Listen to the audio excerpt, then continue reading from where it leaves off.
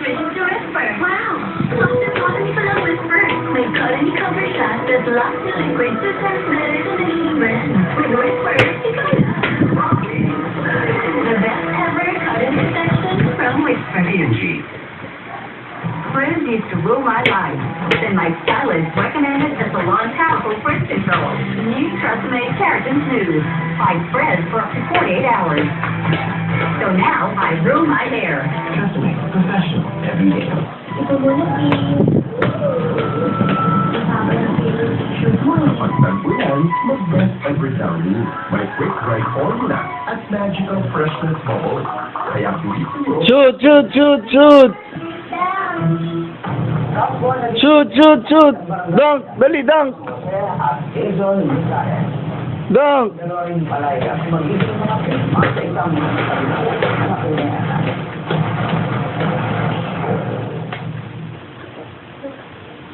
Sorry na lang. That's for Marta at Sia, magandang kayo dahil dito na ang gandang sa inyo. winning full down.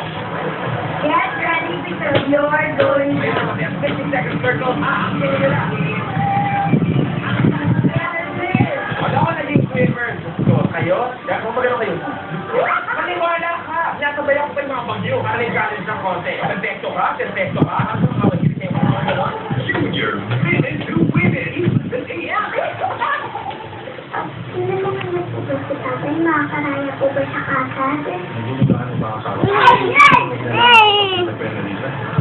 Anasida, ang lalaban sa'yo na may pinagsabi ako mapaya, hindi ako mapaya! After King Patrol, mabibito na ang pagkamarga. Wala ka nang ako na nga. Basta lang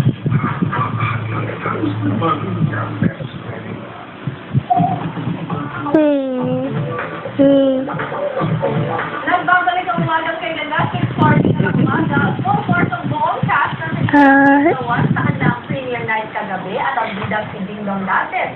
Sinabahan sa na event. Alam mo bakit sa party niya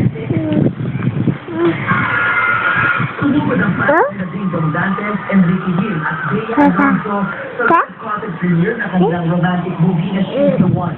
Pamato at pinagpawin ng gusto si Ding Dong kagabi. Dahil ito ang premiere night ng aktor sa pagkakasyon ng first cinema. First time ko mag-attend ng premiere night na aktor. I'm so excited.